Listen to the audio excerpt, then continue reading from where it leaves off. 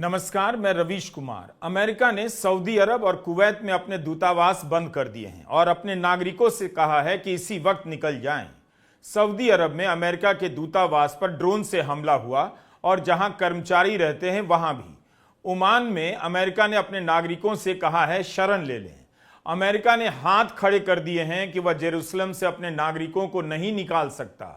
अगर इसराइल की मदद से अमेरिकी निकलना चाहते हैं तो उनकी सुरक्षा की गारंटी अमेरिका नहीं लेगा, ये अमेरिका के दूतावास ने कहा है। बहरीन में ईरान ने अमेरिका के सैन्य हवाई अड्डों पर हमला कर दिया। हमले से पहले अमेरिका ने अपने बेड़ों को हटा लिया था, लेकिन तब भी उस अड्डे की बर्बादी अमेरिका को रास नहीं आएगी और उसकी साख को गहरा धक्का पहुंचेगा।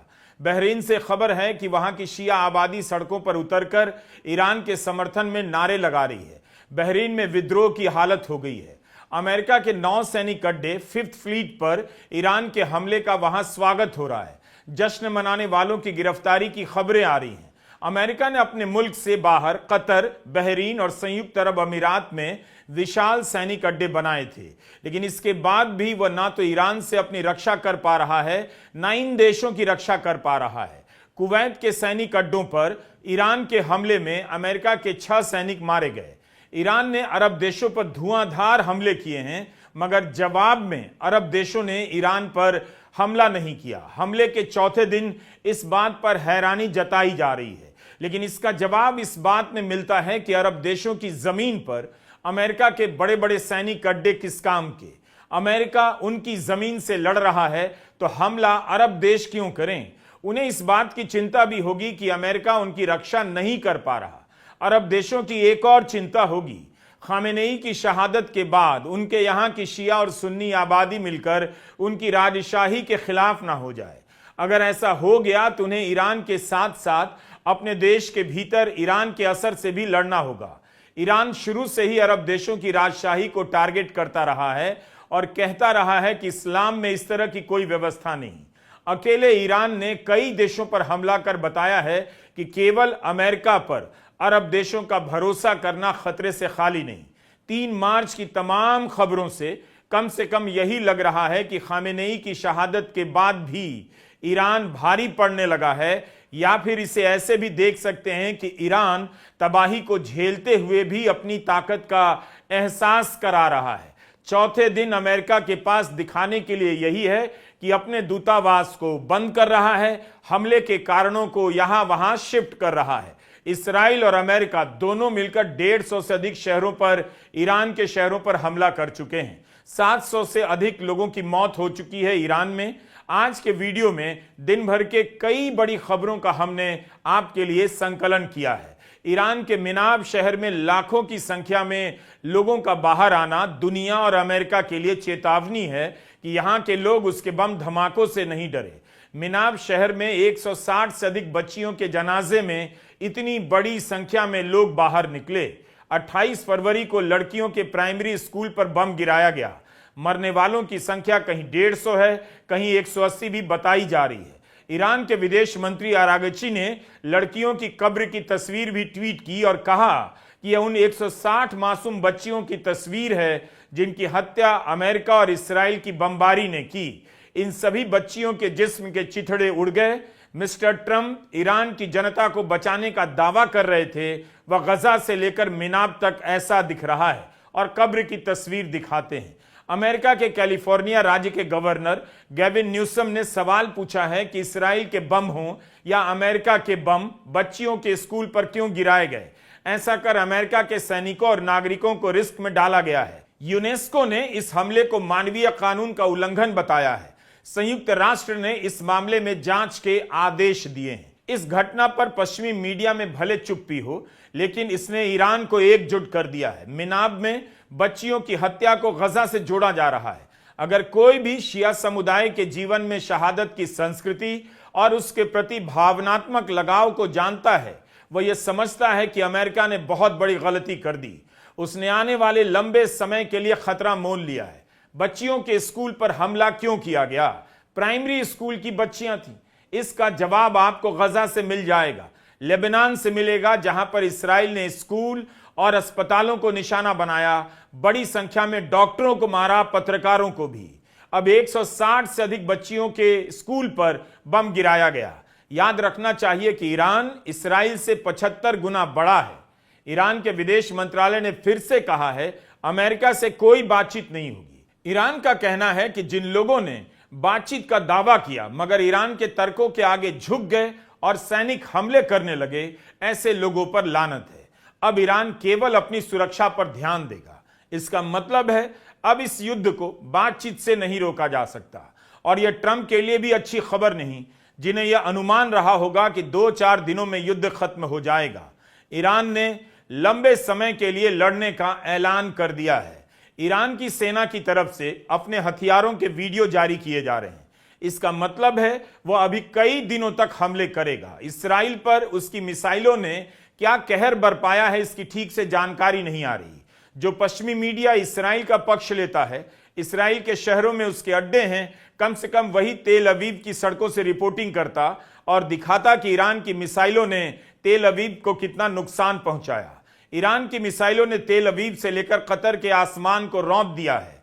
इतने सालों के प्रतिबंध के बाद ईरान अपने हथियार खुद बनाना सीख गया है। बिना किसी की सहायता के मिसाइलें बना रहा है, लॉन्च कर देता है। इस्राइल और अमेरिका यह बात अपने लिए नहीं कह सकते। उनके हथियारों की सप्लाई कई देशों की भूमिका पर निर्भर करती है। ईरान की एक एक मिसाइल अमेरिका के जेट को गिरा सकती है, लेकिन अमेरिका उसकी भरपाई उतनी जल्दी नहीं कर सकता जितनी जल्दी ईरान कर लेगा। और ईरान के हथियार अमेरिका से कई गुना सस्ते भी हैं। पश्चिमी मीडिया अपने रिपोर्टिंग में इस्राइल की तकनीकी और सैन्य सर्वोच्चता को मिथक के रूप में साबित कर देता है। बचकानी कहानियां बनाता है कि सीसीटीवी हैक कर खामेनेई को टारगेट किया गया, उनका डेटा जुटाया गया। लेकिन खामेनेई का दफ्तर कहां है, यह तो दुनिया में सबको पता है। वो अपने दफ्तर से भागे नहीं बल्कि मिसाइलों का सामना किया। क्या कोई भी नेता आज की तारीख में इस तरह से शहादत दे सकता है? नेतन्याहू के ही बंकर में छिपने की कितनी खबरें आ जाती हैं। खामेनेई की शहादत और बच्चियों की हत्या ने ईरान को एकजुट कर दिया है। ट्रंप को लगा होगा कि टॉप लीडरशिप को हटाकर जनता का साथ मिल जाएगा, लेकिन अब ऐसा होता मुश्किल लग रहा है। तमाम खबरों में यही बातें आ रही हैं कि ईरान पर हमला कर अमेरिका फंस गया। उसने इस्राइल पर कुछ ज्यादा भरोसा तो नहीं कर लिया। इतना मासूम भी अमेरिका को नहीं समझना चाहिए, क्योंकि दोनों देश हर वक्त पर हर फैसले में साथ नजर आते हैं। इस्राइल की सैन्य शक्ति के बारे में बढ़ा चढ़ाकर दावे किए जाते रहते हैं। अगर ऐसी कोई अचूक शक्ति इस्राइल के पास होती तो आज चौथे दिन इस्राइल और अमेरिका के खेमे में भगदड़ नहीं मची होती। इस्राइल के पास ऐसा कुछ नहीं जिससे वह 1 मिनट में पूरे ईरान को ठप कर दे। लेबनान में पेजर धमाका करना या 2024 में लेबनान में हिजबुल्लाह के चीफ हसन नसरल्लाह को मारकर यही दावा किया गया कि अब ईरान को घेरना आसान हो जाएगा। ईरान की शक्ति कमजोर हो गई। ईरान की टॉप लीडरशिप को भी खत्म करने के बाद 1 साल से यही बात कही जा रही है। लेकिन खामेनेई की शहादत के बाद भी इस पूरे इलाके में ईरान का दहशत चौथे दिन भी नजर आ रहा है। तेल अवीव के आसमान में ईरान की मिसाइलें कहर ढा रही हैं। लेबनान की तरफ से भी इस्राइल पर हमले की खबर है। इस्राइल हमले रोक भी देता है तब भी नुकसान हो जाता है। ईरान की मिसाइलों ने तेल अवीव के बाहर के शहर पेता तिकवा को भारी नुकसान पहुंचाया है। ईरान ने संयुक्त अरब अमीरात के फुजैरा बंदरगाह पर ड्रोन से हमला किया। आग बुझा ली गई, लेकिन ईरान ने अपनी पहुंच बता दी। मध्य पूर्व के एक एक ठिकाने रिस्क में आ गए हैं। यह काफी महत्वपूर्ण बंदरगाह है जहां से टैंकर अपना ईंधन लेते हैं। स्ट्रेट ऑफ हॉर्मुज के विकल्प के रूप में इस रास्ते को देखा जाता है। ईरान ने रणनीति के तहत ऐसा किया होगा ताकि इस इलाके की तेल की आपूर्ति को लंबे समय तक प्रभावित किया जा सके। सरकारी सूत्रों के हवाले से समाचार एजेंसी ANI ने कहा है कि भारत के पास 25 दिनों का ही तेल का स्टॉक है और भारत तेजी से अपने दूसरे विकल्पों को देख रहा है। अमेरिका ने क्यों हमला किया, इसका जवाब अमेरिका को लगता है मालूम नहीं। विदेश सचिव रूबियो ने एक जवाब दिया जिसे सुनकर कोई भी सर पीट ले कि इन लोगों के भरोसे दुनिया चल रही है। रूबियो ने कहा कि अमेरिका जानता था इसराइल ईरान पर हमला करेगा, इसलिए अंदेशा था कि बदले में ईरान अमेरिका पर हमला करेगा और लोगों के हताहत होने का खतरा बढ़ सकता था, इसलिए पहले ही हमला कर दिया गया। तो ईरान अमेरिका पर हमला करता, इसलिए अमेरिका ने ईरान पर हमला कर दिया। बताइए, यह भी कोई दलील है क्या अमेरिका यह चाहता था कि इस्राइल ईरान पर हमला करे और ईरान अमेरिका को माला पहनाए? And so the president made the very wise decision. We knew that there was going to be an Israeli action. We knew that that would precipitate an attack against American forces. And we knew that if we didn't preemptively go after them before they launched those attacks, we would suffer higher casualties. क्या ये लोग दुनिया को बेवकूफ समझते हैं? क्या सभी को पता नहीं कि अमेरिका और इस्राइल ने मिलकर ईरान पर हमला किया? आगे भी करेंगे, पहले भी किया। क्या अमेरिका ने ऐसी कोई गारंटी दी थी कि ईरान पर वह हमला नहीं करेगा जो ईरान उस पर हमला नहीं करता?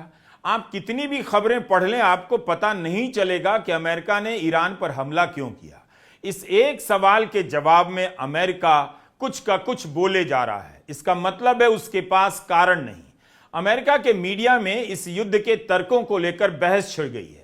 युद्ध के चौथे दिन वॉशिंगटन पोस्ट में खबर छपी है कि टकराव फैलता जा रहा है, लेकिन अमेरिका में सरकार अभी तक ईरान पर हमला करने का ठोस कारण नहीं बता पाई।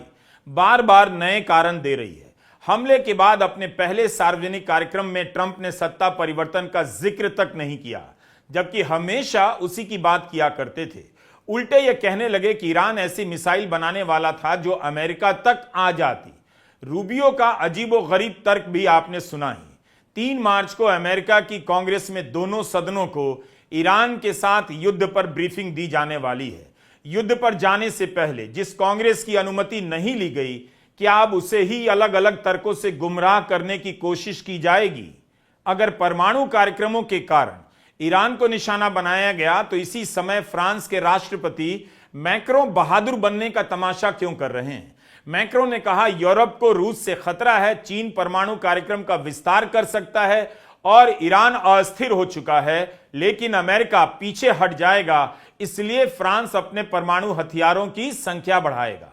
अब किसी को सार्वजनिक रूप से बताएगा भी नहीं कि उसके पास कितने परमाणु हथियार हैं। बताइए, एक देश सबके सामने कह रहा है परमाणु हथियारों का विस्तार करेगा और ईरान से परमाणु बम बनाने के अधिकार वापस लिए जा रहे हैं। उस पर दबाव डाला जा रहा है कि परमाणु कार्यक्रम का विस्तार ना करे, खत्म कर दे। और यहां मैक्रो सारी दुनिया के सामने नाटक कर रहे हैं कि अमेरिका साथ नहीं देगा, इसलिए अब अपने परमाणु कार्यक्रमों का विस्तार करेंगे। मैक्रो ने कम से कम यह साफ कर दिया कि परमाणु कार्यक्रमों के नाम पर ईरान पर हमले की बात में दम नहीं। इसका तो यही मतलब निकला। तब फिर हमला क्यों किया गया? ईरान ने आज तक परमाणु हथियार नहीं बनाए, लेकिन इसके नाम पर उस पर प्रतिबंध लगा। कितने हमले हुए? अगर ईरान के लिए यह खतरनाक है तो मैक्रो को नई होड़ कैसे शुरू करने दी जा सकती है? और अगर परमाणु ही चिंता के केंद्र में है, तब फिर नाताज के परमाणु ठिकानों पर क्यों हमला किया गया? अगर इस हमले के बाद परमाणु विकिरण होने लग जाता तो इसकी जिम्मेदारी किसकी होती?